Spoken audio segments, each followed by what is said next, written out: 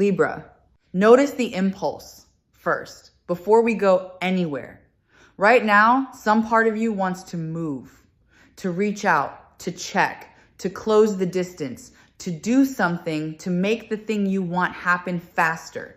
Feel that impulse rise, and then, just for the length of this reading, set it gently down. Because everything I'm about to walk you through rests on one quiet instruction that your whole body is resisting. Stay where you are. Don't move. Not out of stubbornness, not out of some cold little game, but because a shift has already begun that only completes if you hold still long enough to let it. The moving has been done. It's someone else's turn now. Let me take you back though, because you can't understand where this is going without seeing clearly where it's been. There was a long stretch where you were the one in motion. You were the initiator, the one who reached first, who kept the thread alive, who noticed the silence and filled it, who carried the weight of keeping this connection warm. You told yourself that was love, and in a way it was. But it was also exhausting. And somewhere underneath the giving, a quiet ache was forming, the ache of always being the one who tries. I want to name what that position did to you, because you've never fully let yourself feel it. Being the constant pursuer slowly teaches you a lie about your own worth. Every time you reach and the response is lukewarm, a small voice inside adjusts your sense of value downward. You begin to believe you have to earn what should have been freely given. You start performing, over-explaining, softening yourself, making yourself easier to want. And the cruel arithmetic of pursuit is that the harder you chase, the less valued you become, not because you're less valuable, but because anything that's always available stops being noticed. You were teaching them, without meaning to, that your presence required no effort to keep. Here is the quiet law underneath all of this, and once you see it, you can't unsee it. In any connection, attention flows toward what feels slightly out of reach and away from what feels guaranteed. This isn't cruelty. It's simply how desire works. Desire needs a little space to move into. It needs a question, a gap, a reason to lean forward. When you fill every gap yourself, when you answer the question before it's asked, when you leave no space at all, you accidentally remove the very thing that pulls a person toward you. The distance you've been so afraid of is not the enemy. Handled rightly, the distance is the magnet. So let me show you the moment it started to turn, because there was one, even if you didn't recognize it while it was happening, at some point, worn out or wounded or simply done, you stopped reaching quite as much. Maybe you didn't even decide it consciously. You just had less to give, or you finally protected yourself a little, or life pulled your attention elsewhere. And in that pause, something changed in the field between you that you couldn't see from your side. The steady signal you'd always sent went quiet. And silence from someone who was always present is the loudest sound there is. Feel what happened on their side when that quiet arrived, because this is where the whole dynamic begins to invert. They had grown used to your presence the way you grow used to a light that's always on, not noticing it, not thinking about it, simply assuming it would be there. And then it dimmed. And the strange thing about a light you took for granted is that you never feel its warmth until the room goes cold. The absence you created, without even trying to, did something your presence never could. It made them aware. It made them wonder.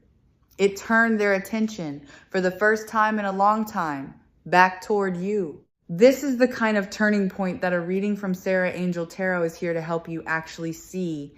Not the loud, obvious moments, but the quiet hinge where a whole dynamic swings the other way while you're too close to it to notice. Because you've been so focused on what you might have done wrong that you've missed the thing that quietly started going right the moment you stopped overgiving. Let me explain why your stillness raised your worth. Because this isn't manipulation, and I don't want you to mistake it for a trick. Value and scarcity are woven together in the human mind in ways none of us fully control. What's abundant, we discount. What requires something of us, we prize. When you were endlessly available, you were unconsciously priced as abundant. The instant you became a little less reachable, the pricing shifted, not because you changed as a person, but because they suddenly had to consider the possibility of your absence. And nothing clarifies how much someone wants a thing quite like the dawning fear that they might not have it forever. So here's what's stirring in them right now, in this present moment, as you sit reading this. A restlessness, a pull they can't quite explain and might not even admit to themselves yet. They keep expecting the old signal from you, the message, the reach, the reassurance, and it isn't coming the way it used to. And that missing signal has created a low hum of unease in them, a sense that something has shifted, that the ground they stood on so casually is no longer guaranteed. That unease is not a bad sign. That unease is the exact feeling that precedes a chase. I want you to understand what they're beginning to realize, because it's specific and it's not what you'd guess. They're not primarily missing the things you did for them. They're missing the feeling of being chosen by you. When you pursued them, you handed them a steady, effortless sense of being wanted, and they leaned back into it without ever having to reciprocate. Now that the pursuing has quieted, that warm certainty has gone with it, and they're discovering how much they relied on it, they miss being wanted by you far more than they ever missed you when you were doing all the wanting. The absence of your pursuit is teaching them at last what it was worth. Notice the reversal of the questions, because this is how you'll know the polarity has truly flipped. There was a time when you were the one wondering, where do I stand? Do they think of me? Am I too much? Should I reach out again? All those anxious questions that live in the mind of the pursuer. Those questions are migrating now. They're crossing the space between you and taking up residence in the other person. They're the ones starting to wonder where they stand. They're the one replaying interactions, searching for signs, uncertain of their footing. The anxious wondering didn't disappear. It changed addresses. And this is where that particular energy of commitment enters the picture, the sense of something wanting to be made secure. Because when a person feels the ground they took for granted beginning to move, their instinct is not to drift further, it's to secure their footing. The casual becomes urgent. The someday becomes now. The one who assumed they had all the time in the world suddenly feels the clock they never noticed before, and that awareness turns loose interest into genuine pursuit. What you're sensing isn't just that they'll reach out. It's that they're moving toward wanting to make this real, to define it, to hold on to it in a way they never bothered to when they thought it would simply always be there. The deeper current beneath a reading like this, the thing Sarah Angel Tarot exists to remind you of, is that your worth was never actually in question. Only the timing was, only their readiness was. And both of those are finally catching up to a truth about you that was always steady and true. You didn't become more valuable when you stopped chasing. You simply stopped hiding your value behind your effort and let it stand on its own where it could finally be seen. Now let me speak to the hardest part, because I can feel it pressing at you even as I describe all of this. The temptation to move. Every fiber of you, trained by all that time spent pursuing, is screaming that you should do something, send the message, break the silence, check whether it's working, take back control by acting. And I need you to hear this clearly. Reaching now would undo everything. It would answer the question they've just started asking themselves. It would refill the space that's finally pulling them forward. It would reset the entire dynamic back to the old arrangement where you carry the weight and they lean back. The pull only works while the space stays open. The moment you close it, the magnet switches off. Because desire, once it's been activated, needs room to complete its arc. Think of someone reaching for something just out of grasp. The reaching is the wanting made visible. But if the thing leaps into their hand before they finish stretching for it, the wanting collapses, unfinished, unsatisfying. They never get to feel the full pull of their own desire. When you hold still and let them come the whole distance, you let them experience the complete arc of wanting you, and that complete arc is what transforms casual interest into something that lasts. Interrupt it, and you rob them of the very experience that would have bound them to you. But I want to correct something, because don't move can be badly misunderstood. And I don't want you to turn stillness into suffering. Holding your position is not passivity. It is not sitting frozen by the phone, refreshing, waiting, white-knuckled, performing a stillness you don't feel. That kind of waiting is just pursuit in disguise, your whole being still pointed at them, still reaching, only with your hands tied. Real stillness is different. Real stillness has your attention turned back toward your own life. It's not the absence of movement. It's movement in a different direction toward yourself. Let me tell you what don't move actually means then, so you can do it from the right place. It means you stop organizing your inner world around another person's next action. It means your peace stops being hostage to whether they reach out. It means you become genuinely absorbed in your own days again, so that their eventual return is a welcome addition to a full life rather than the rescue of an empty one. Stillness, done right, is not a strategy you perform for them. It's a homecoming you make to yourself. And the beautiful paradox is that the version of you who has truly come home is exponentially more magnetic than the version straining toward the door. This is why the source of your stillness matters more than the stillness itself. If you hold your position as a tactic, waiting them out, playing it cool, while secretly churning, they'll feel the strain underneath it, because desperation has a frequency that leaks through any performance. But if you hold your position because you have genuinely returned to your own center, because you actually are at peace, because, your worth doesn't depend on their motion. That authentic settledness broadcasts something no strategy can fake. People can't always name what draws them, but they can always feel the difference between someone performing calm and someone who simply is calm. Become the second one, and you won't have to do anything at all. So fill the waiting with your own life. And let me be specific about why this works on more than one level. When you pour yourself into your own world, your work, your friendships, the things that light you up, independent of any connection, two things happen at once. You become happier, which is reason enough, and you become more attractive, because a person fully engaged in a life of their own is the most compelling sight there is. Nobody leans toward a life on hold. Everybody leans toward a life in motion. Live yours so fully that reaching you requires them to catch up, and watch how quickly the catching up begins. There's a sign that tends to come just before they move, and I want you to recognize it rather than dismiss it. Often it arrives as a small, low-stakes test first, a light touch, a minor reason to make contact, something they can frame as casual so their pride stays protected. They're checking whether the door is still open before they commit to walking through it. Don't mistake the smallness of that first gesture for the smallness of their feeling. The tentative first move is exactly what a person does when the feeling is large and the fear of rejection is larger. Meet it warmly, but don't fling the door wide and come rushing out. Let them keep walking towards you. Let me tell you how the chase itself tends to unfold, because you'll want to recognize it when it starts rather than second guessing it. It rarely arrives all at once as a grand declaration. It builds. First the testing touch, then a slightly bolder reach, then the gradual increase of effort as they feel you receiving them without immediately taking over the pursuit yourself. Each step they take that you don't rush to match teaches them that they have to keep moving to keep you.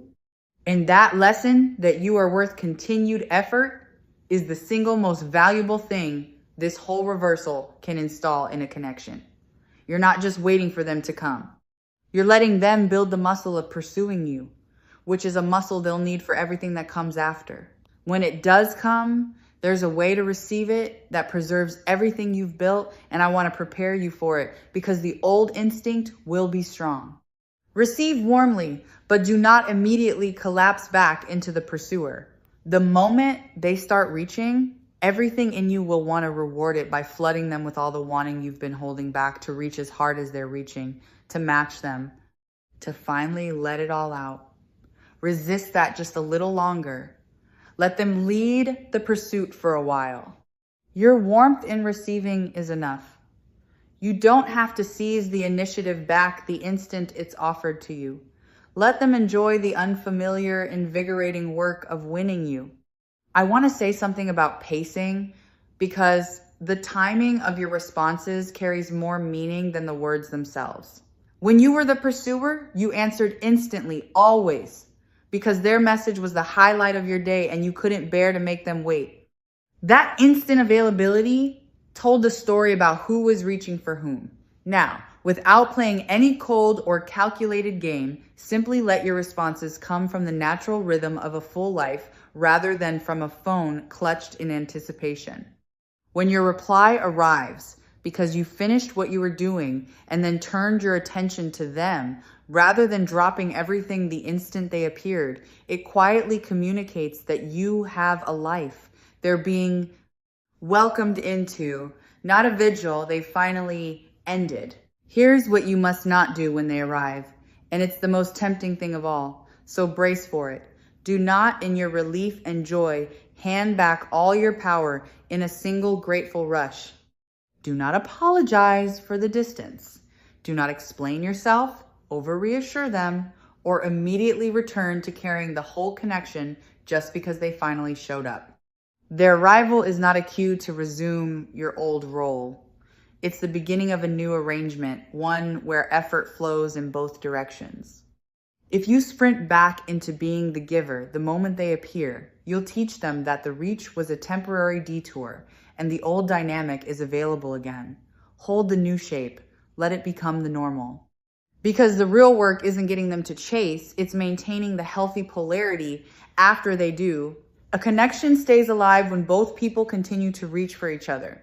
When neither one goes fully slack in the certainty of being loved. You've just relearned your own value and your own magnetism. Don't surrender it the moment you're wanted again. Keep tending your own life. Keep your center.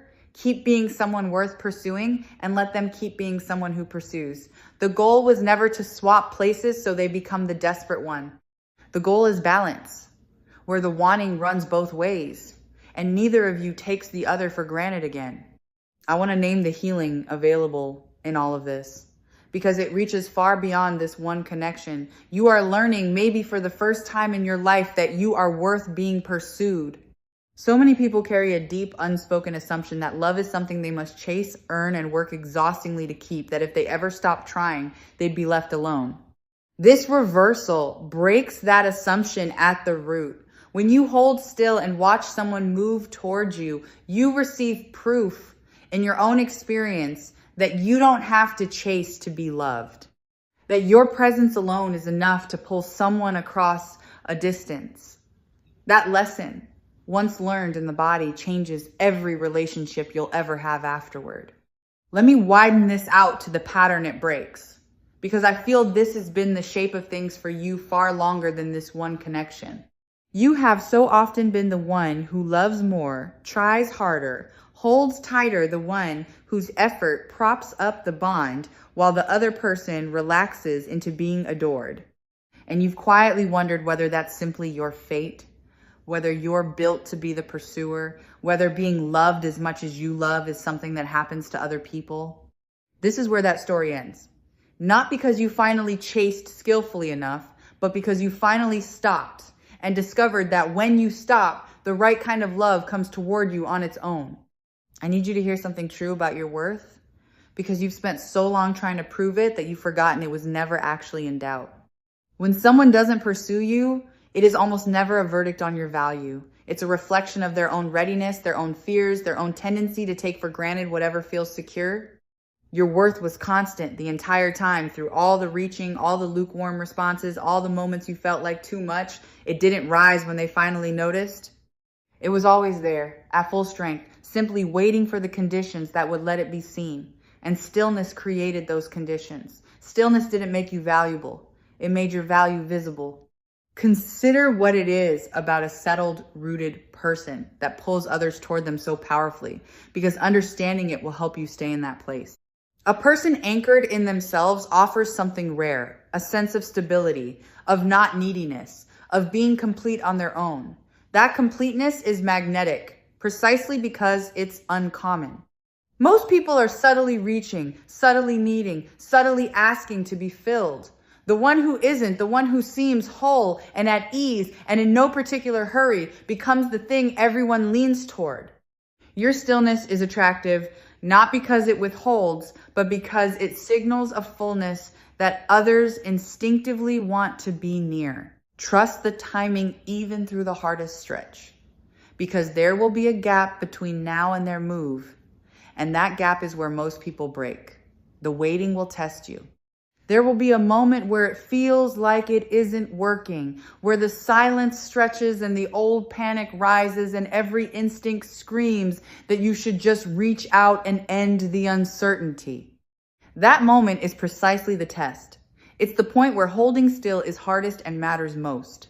Because what's happening in that silence, invisible to you, is the slow build of their wanting, and wanting needs time to ripen.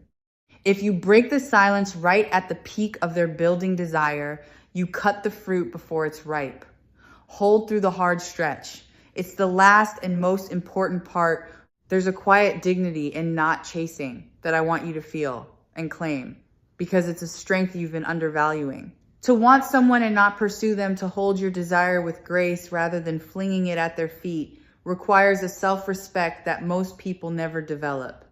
It says, I want you, and I will not abandon myself to have you. It says, my longing does not override my worth. That combination of desire and dignity is one of the most attractive things a human being can embody, and you're being asked to embody it now. Not the absence of feeling, the presence of feeling held with self-respect. That's the whole art of this. And notice what their eventual pursuit will reveal, because it will tell you something you couldn't learn any other way. When someone chases you, moves toward you, makes the effort, closes the distance of their own will, you finally get to see their genuine feeling unclouded by your own pursuit. All that time you spent reaching, you could never be sure how much they truly wanted you, because your effort filled the space where their choice would have shown itself. Now the space is open, and whatever they do with it is pure signal.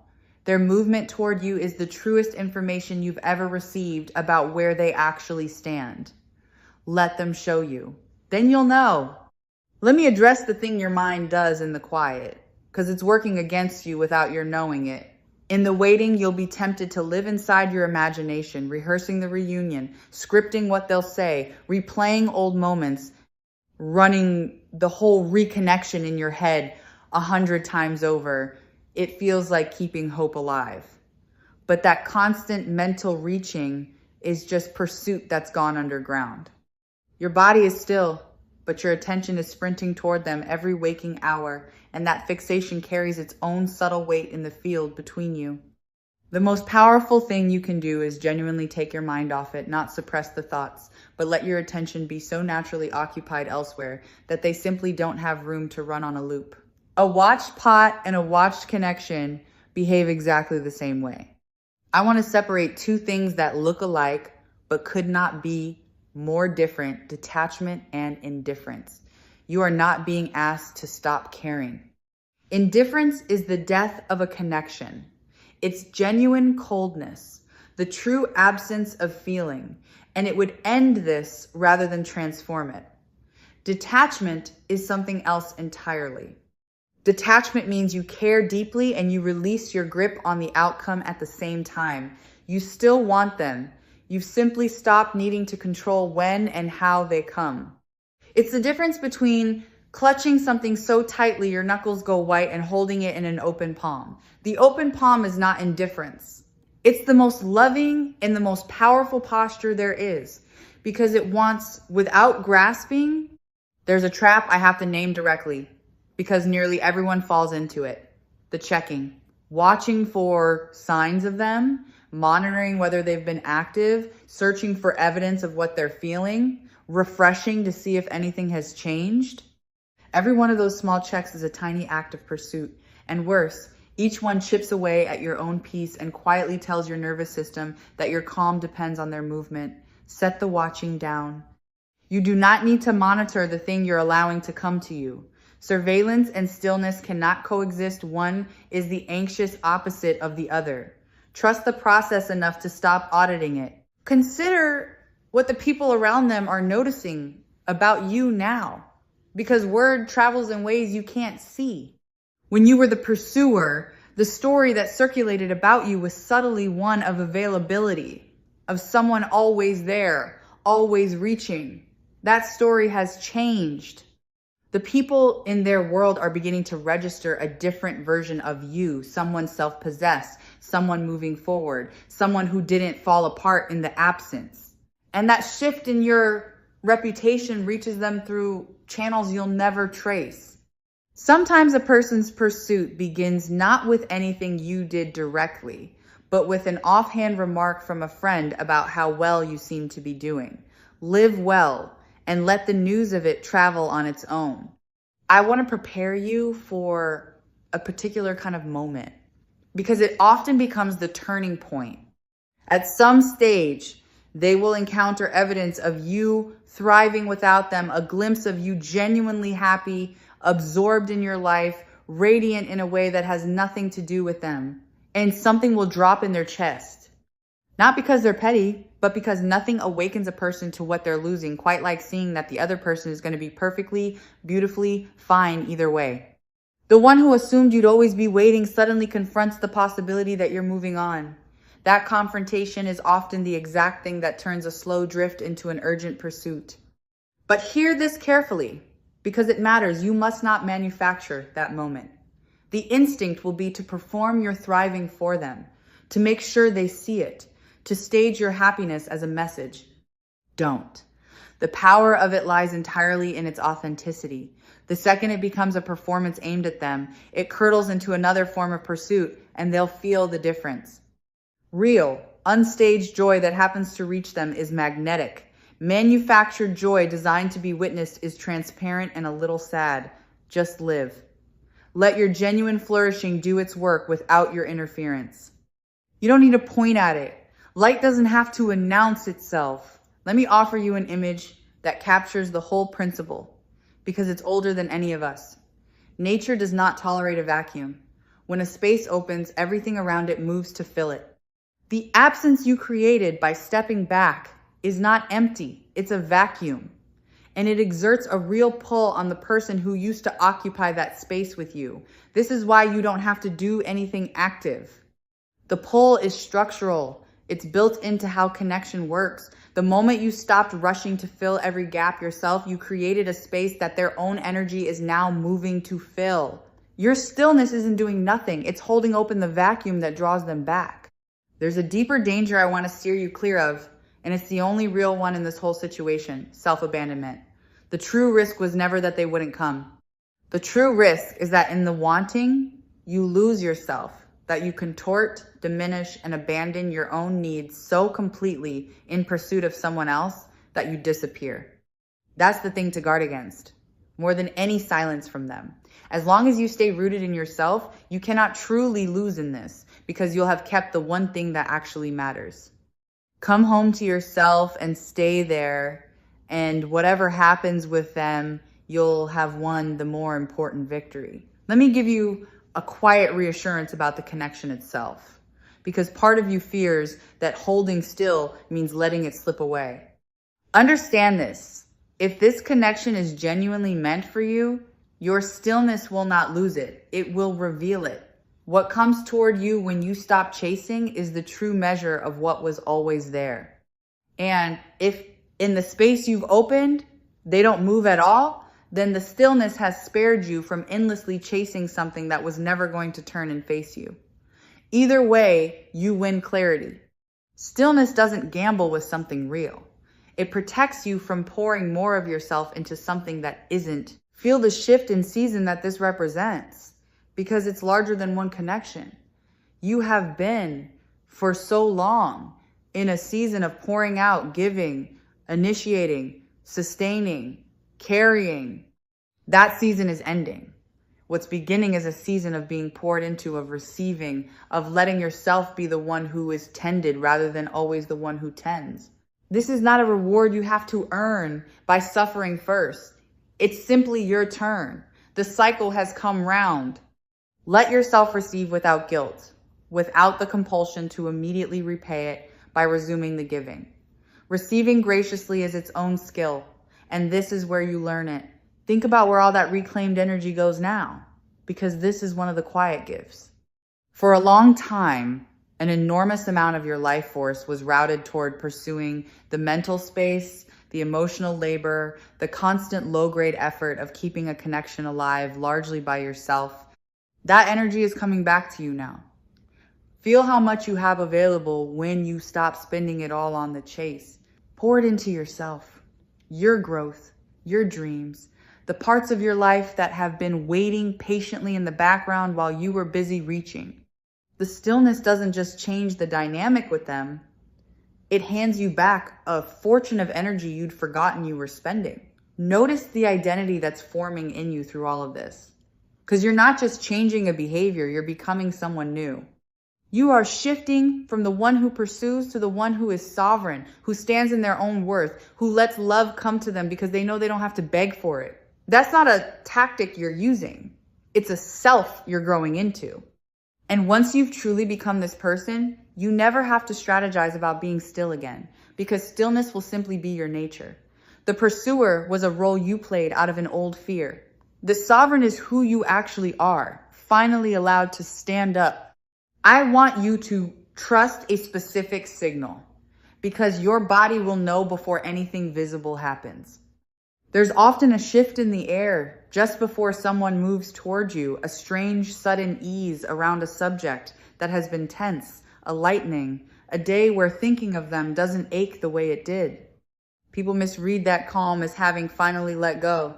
Sometimes it is. But often it's your own intuition sensing the approach before any message arrives, quietly relaxing because on some level you already know it's coming. If that unexplained peace settles over you, don't rush to interpret it as the end of hope. It might be the quiet announcement of its arrival. Release your grip on how it has to happen, because the mind loves to script the reunion in a particular shape and then miss the real one because it looked different. You don't get to control the form their return takes, and you don't need to. Your only task is to stay open and rooted so that whatever shape it arrives in, you're able to receive it. The reconnection might come through an avenue you didn't expect, in a manner you didn't plan for, wearing a face you didn't anticipate. Loosen your grip on the script. Keep your heart open and your feet planted, and let the how take care of itself. And when they do come, offer them a particular grace, because it costs you nothing and it strengthens everything. Let them save face. A person returning after taking someone for granted carries a quiet shame about it. You do not need to make them grovel, to extract an admission, to make them pay in full for every moment they lean back. You can simply, warmly let them in without a reckoning at the threshold. That generosity is not weakness, and it's not you letting yourself be walked over. You've already reset the dynamic simply by holding still. Letting them return with their dignity intact makes you someone safe to come home to. And it's the mark of a person operating from strength rather than wounded pride. Let me show you what lasting looks like once this polarity is healthy. Because getting them to chase is only the doorway, not the house. What you're building toward is not a connection where they pursue and you finally get to lean back and be adored, simply flipping the old imbalance. It's a connection where the reaching flows both ways, where two whole people keep choosing each other, where neither one goes slack in the certainty of being loved. You felt what it's like to be the only one reaching. You know now that you never want to return there. So build the other thing, the mutual thing, the balance thing, where effort and desire move in both directions and the taking for granted never gets a foothold again. Here is something small and grounding to carry into the waiting, because reassurance holds better with the practice attached.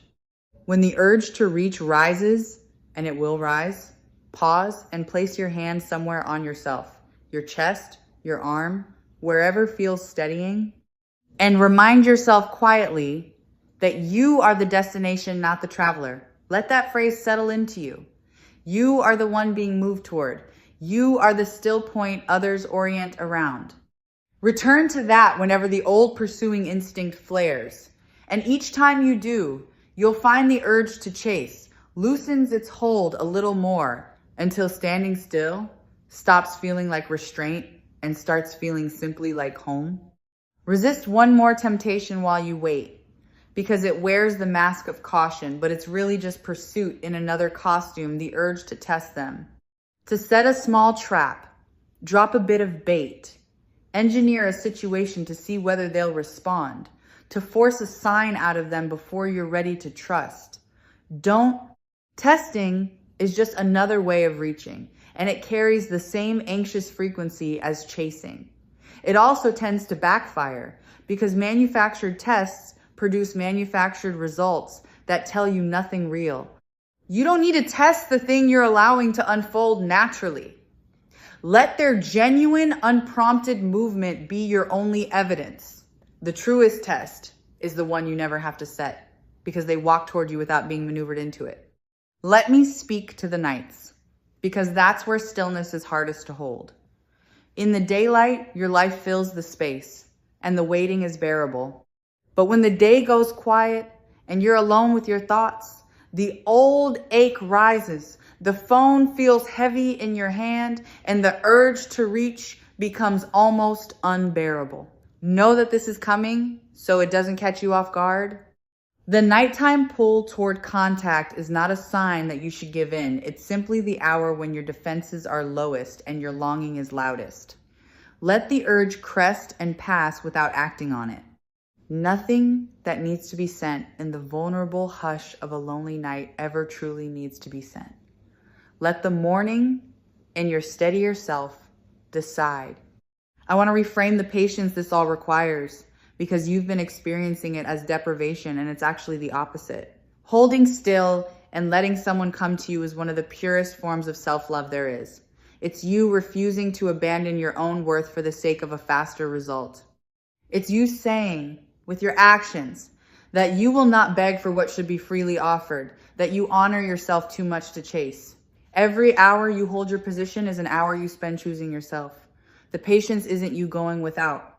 It's you demonstrating to yourself most of all that you finally believe you're worth waiting for. And let me give you a piece of discernment for when they do return, because not every return is equal and you deserve to tell the difference. A momentary impulse looks different from a genuine reckoning. Someone reaching out of a passing loneliness tends to test the water and drift again. Someone who has truly understood what they nearly lost comes back with consistency. They keep showing up, keep making the effort, keep demonstrating through steady action rather than a single dramatic gesture. You don't have to decide anything at the first knock. Let their consistency over a little time tell you which kind of return this is. The one meant for you won't mind proving itself because a person who genuinely wants you is glad of the chance to show it. One last thing before we close, because it's the quiet engine underneath all of this. Each hour you hold your position, the pull grows a little stronger. This isn't a single dramatic moment, but a slow accumulation, a compounding. The first stretch of stillness is barely felt on their side, but it builds. The absence deepens. The wondering sharpens. The taking for granted erodes a little more with every passing quiet. So if it feels early on like nothing is happening, understand that something is always happening. It's simply gathering below the surface, the way pressure builds long before it moves. Your only task is to not interrupt the gathering. Hold and let it accumulate into something that finally has to move. And release completely the fear that holding still means you're doing nothing. Stillness is the most active thing you've done in this connection for a long while because it takes everything in you to override the instinct to chase. And that override is the work. Every moment you don't reach, you are actively reshaping the entire dynamic. You are teaching, through your steadiness, a new lesson about your worth. Doing nothing has never required more strength, and nothing you could actively do would accomplish half as much as this disciplined, dignified, rooted refusal to abandon your own ground. As this reading settles toward its close, I want to leave you with the heart of what I felt for you throughout our time together here on Sarah Angel Tarot. Not a promise that you'll never have to reach for anyone again, but the deep reassurance that you are always worth reaching for. And that the stillness you're being asked to hold is not emptiness, but power. The quiet, rooted power of a person who finally knows their own worth and no longer feels the need to prove it by chasing. So here's what to do with yourself between now and the moment they move. Turn back toward your own life with everything you've got. Let your days be full and good and genuinely yours. Keep the door open, but stop standing in the doorway. Stop watching the horizon for their approach and simply live so completely and so well that when they do come, and I feel that they come, they arrive to find you radiant and occupied and whole. Exactly the person they should have been chasing all along. You don't have to make it happen. You only have to stop making it not happen by reaching too soon. Hold still. Let the space between you do its quiet work. Let them feel the absence of the pursuit they took for granted and discover in that absence how much they want it back. You have spent so much of your life in motion toward other people. This is the season where you get to stand still and be moved toward, to be the destination rather than the traveler, the one who is sought rather than the one who seeks. It suits you. It was always meant to be your position. Take it and don't move. They're already on their way.